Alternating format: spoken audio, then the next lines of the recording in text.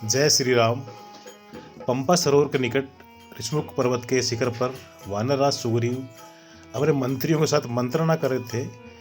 तभी कुछ बंदर आए हाँफते दौड़ते हुए और हाँफते हुए बोले, महाराज, दो हष्टपुष्ट मनुष्य पर्वत की ओर आ रहे हैं। उनके हाथों में धनुष बाण है, सिर पर जटा है। वे महाराज आपका पता पूछ रहे हैं। इस पर जामवंत जी को शक हुआ, ये अवश्य ही कपटी बाली के भेजे हुए कोई गुप्तचर होंगे। अवश्य ही किसी अनिष्ट की संभावना है। महाबली हनुमान को बुलाइए। आज हनुमान जी प्रभु के ध्यान में खोए हुए बैठे हैं। हे नारायण, अपने रुद्रदेव को क्यों बुला दिया? मुझे वानर रूप देकर जंगलों में भेज दिया। आप कहाँ हो प्रभु? सुना है राजा दशरथ के घर लीला कर रहे हैं आप। आपके दर्शन कब होंगे नाथ? तभी भयभीत सुग्रीव भागते हुए आए और बोले, हे वानर श्रेष्ठ, दो धनुर्धारी मनुष्य मुझे खोज रहे हैं। तुम बुद्धिमान और वाक्पटु हो, तो आप पता लगाओ तुम जाके कि वो कौन है। खतरा हो तो इशारा करना, मैं तुरंत यहाँ से भाग जाऊंगा। तत्पश्चात हनुमान जी ने सुग्रीव को धीरज बंधाया और हनुमान जी ब्राह्मण का वेश धारण करके चले। प्रभु श्री राम और लक्ष्मण के सम्मुख उपस्थित होकर नम्रतापूर्वक प्रणाम किया और प्रशंसा में बड़े मीठे वचन कहे। आप दोनों सांवले गोरे बहुत सुंदर हैं। क्षत्रिय से बलवान, तेजस्वी और पराक्रमी जान पड़ते हैं। क्या आप देवलोक से यहाँ आए हैं, यहाँ पधारे हैं? इस वन में क्यों भटक रहे हैं आप? कृपया बताइए। लक्ष्मण ने धीरे से कहा, भैया, यह व्यक्ति विश्वास की योग्य नहीं है। अरे नहीं लक्ष्मण, इसकी शुद्ध भाषा, शिष्ट व्यवहार और मधुर वचन से लगता है ये वेदों का ज्ञाता है और कोई भद्र पुरुष है। प्रभु श्री राम मुस्कुराए और मुस्कुराते हुए बोले। हनुमान जी ने फिर पूछा, महाशय, आप कोई उत्तर क्यों नहीं दे रहे हैं? प्रभु श्री राम ने कहा, हम दोनों भाई अयोध्या सम्राट दशरथ पुत्र हैं। पिता का वचन मानकर वन में आए हैं। साथ में मेरी पत्नी जानकी भी थी, जिसे किसी राक्षस ने हर लिया है। हे ब्राह्मण, सुना है राजा सुग्रीव हमारी सहायता कर सकते हैं। अब आप हमें अपना परिचय दें। प्रभु को पहचान कर हनुमान जी ने उनके चरण पकड़ लिए। शिव जी कहते हैं, हे पार्वती, अपने नाथ को पहचानने में हृदय में जो हर्ष हो रहा है, उस सुख का वर्णन नहीं किया जा सकता। शरीर पुलकित है, मुख से वचन नहीं निकल रहे हैं। देखिए रुद्र के कैसे प्रभु के सुंदर वेश को देख रहे हैं। प्रभु, मुझसे भूल हो गई। वर्षों बाद आपको तपस्वी वेश में देखा। मेरी वानरी मंद बुद्धि है, पहचान न सका और आपसे कई प्रश्न कर लिए। हे नाथ, मैं कुटिल हृदय व अज्ञानी हूँ। ऐसा कहकर हनुमान जी अपने असली रूप में आ गए और व्याकुल होकर प्रभु के चरणों में गिर पड़े। शिव जी बोले, देखो गिरिजा, देखो श्री रघुनाथ जी ने हनुमान को उठाकर हृदय से लगा लिया है। दोनों के नेत्रों से आंसू बह रहे हैं, अश्रुधारा बह रही है। हरिहर का अद्भुत मिलन, स्वामी और सेवक का मिलाप हो रहा है। अहो भाग्य हमारा, हम इस दिव्य मिलन के साक्षी बन पा रहे हैं। हे कपि, मन छोटा मत करिए। तुम मुझे लक्ष्मण से भी 2 गुने प्रिय हो, क्योंकि तुम मेरे सेवक हो। भगवान श्री राम ने हनुमान जी को शांत किया, पर आपने भी मुझे भुला दिया। आप तो अंतर्यामी हैं। आप मनुष्य की तरह कैसे पूछ रहे हैं? जिज्ञासु हनुमान जी ने पूछा। भगवान श्री राम बोले, ये माया है। मेरा पत्नी वियोग और तुम्हारा पांडित्य दोनों के बीच आड़े आ रहा था, इसलिए तुम मुझे नहीं जान सके। हे नाथ, मुझे वानरराज सुग्रीव ने ही भेजा है। वे भले हैं। उनके भाई बाली ने उनका राज्य छीन लिया है। वे बाली के भय से पर्वत शिखर पर रह रहे हैं। वानर सेना के सहयोग से वे माता सीता का पता लगाने में सहयोग करेंगे। मैं आप दोनों को उनके पास ले चलता हूँ। ऐसा कहकर माता अंजनी कुमार हनुमान जी महाराज ने प्रभु श्री राम लक्ष्मण को अपने कंधों पर बिठाया और पर्वत शिखर की ओर चल पड़े। उसी समय बहुत सारे बंदर पेड़ों पर कूदते फांदते चोटी पर पहुंचे और चारों उछलते हुए चारों ओर शोर मचाने लगे। श्री राम आ रहे हैं, प्रभु श्री राम आ रहे हैं। जय श्री राम। स्वामी को प्रभु को अनुकूल पाकर, प्रसन्न देखकर पवन कुमार हनुमान जी के हृदय में हर्ष छा गया और उनके सब सुख दुख जाते रहे। उन्होंने कहा, हे नाथ, इस पर्वत पर वानर राज सुग्रीव निवास करते रहते हैं, वे आपके दास हैं। हे नाथ, उनसे मित्रता कीजिए और उन्हें दीन जानकर निर्भय कर दीजिए। वह सीता जी खोज करवाएंगे और जहाँ तहाँ करोड़ों वानरों को भेजेंगे। इस प्रकार सब बातें समझकर हनुमान जी ने श्री राम लक्ष्मण जी दोनों को पीठ पर कंधों बिठाया। जब सुग्रीव जी ने श्री रामचंद्र जी को देखा तो अपने जन्म को अत्यंत धन्य समझा। सुग्रीव जी चरणों में मस्तक नवाकर आदर सहित मिले। श्री रघुनाथ जी भी छोटे भाई सहित उनसे गले लगकर मिले। सुग्रीव मन में इस प्रकार सोच रहे हैं कि विधाता, क्या ये मुझसे प्रीति करेंगे?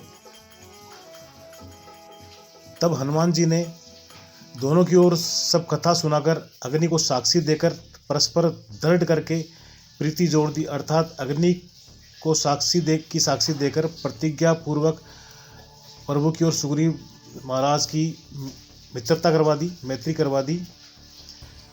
दोनों ने हृदय से प्रीति की कुछ भी अंतर नहीं रखा। तब लक्ष्मण जी ने श्री रामचंद्र जी का सारा इतिहास कहा।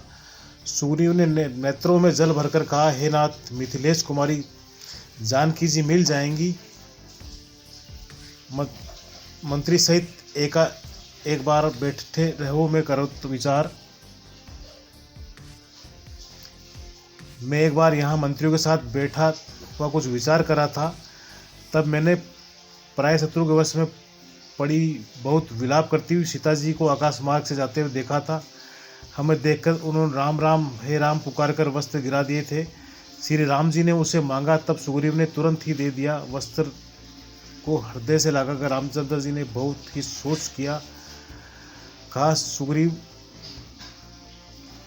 सुग्रीव सुनहु रघुवीरा, तजहु सोच मन आनहु धीरा। सब प्रकार करयु सेवकाई, जेहि विधि मिलहि जानकी आई।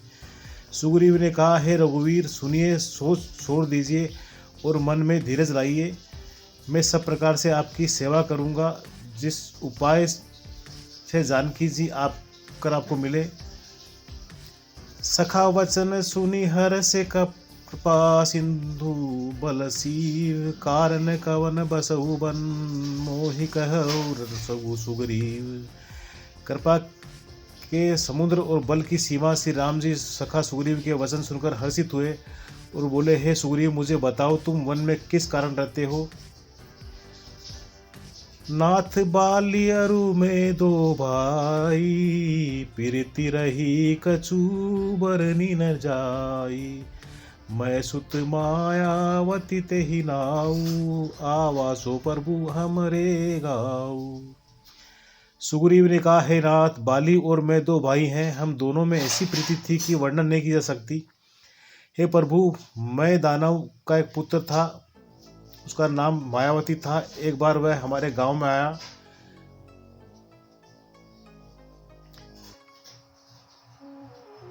प्रभु पहचानी परेऊ गही चरना, सो सुख उमा जाई नहीं भरना। पुलकित तन मुख आव न बचना, देखत रुचिर वेश के रचना।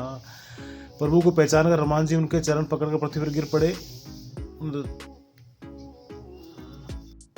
उन्होंने साष्टांग दंडवत प्रणाम किया। शिव जी कहते हैं, हे पार्वती, वह सुख वर्णन नहीं किया जा सकता। शरीर पुलकित है, मुख से वचन नहीं निकलता है। वे प्रभु के सुंदर वेश की रचना देख रहे हैं। उसने आधी रात को नगर के फाटक पर आकर पुकारा, ललकारा। महाराज सुग्रीव ने राम जी से बोला। बाली शत्रु के बल ललकार को सह नहीं सका। वह दौड़ा, उसे देखकर माया भी भागा। मैं भी भाई के संग चला गया।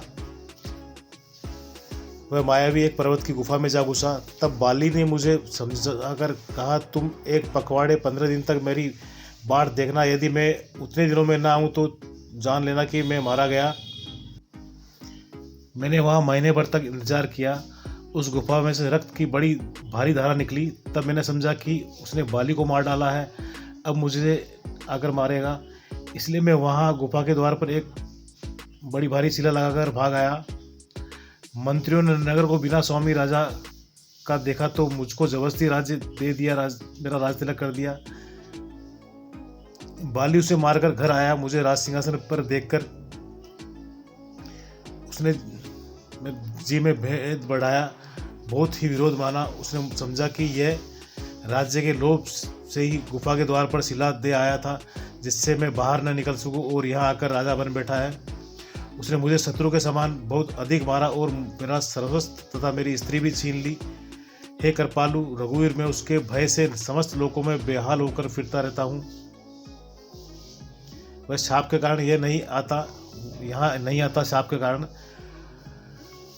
तो भी मैं मन में भयभीत रहता हूँ। सेवक का दुख सुनकर दीनों पर दया करने वाले श्री दीन दयालु रघुनाथ जी दोनों की दोनों विशाल भुजाएं फड़क उठी। उन्होंने कहा, हे सुग्रीव, हे राजन, सुनो, मैं एक ही बाण से बाली को मार डालूंगा। ब्रह्मा और रुद्र की शरण में जाने पर भी उसके प्राण न बचेंगे। जो लोग मित्र के दुख से दुखी नहीं होते हैं, उन्हें देखने से ही बड़ा पाप लगता है। अपने पर्वत के समान दुख को धूल के समान और मित्र के धूल के समान दुख को समेरु पर बड़े भारी पर्वत के समान जाने। जिन्हें स्वभाव से ही ऐसी बुद्धि प्राप्त नहीं है, वे मूर्ख हट करके क्यों किसी से मित्रता करते हैं। मित्र का धर्म है कि वह मित्र को बुरे मार्ग से रोककर अच्छे मार्ग पर चलावे, उसके गुण प्रकट करें, अवगुणों को छिपावे। देने लेने में मन में शंका न रखें, अपने बल के अनुसार सदा हित ही करता रहे। विपत्ति के समय तो सदा 100 गुना स्नेह करें। वेद कहते हैं कि संत श्रेष्ठ मित्र के गुण लक्षण है यह है,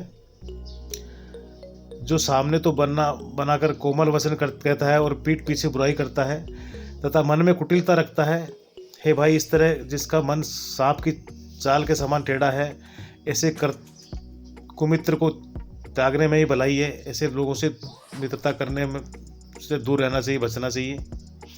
जय श्री राम। मूर्ख सेवक, कंजूस राजा, उल्टा स्त्री और कपटी मित्र, ये चारों शूल के समान पीड़ा देने वाले हैं। हे सखा, मेरे बल पर अब तुम चिंता छोड़ दो। मैं सब प्रकार से तुम्हारे काम आऊँगा, तुम्हारी सहायता करूँगा, तुम्हारी रक्षा करूँगा।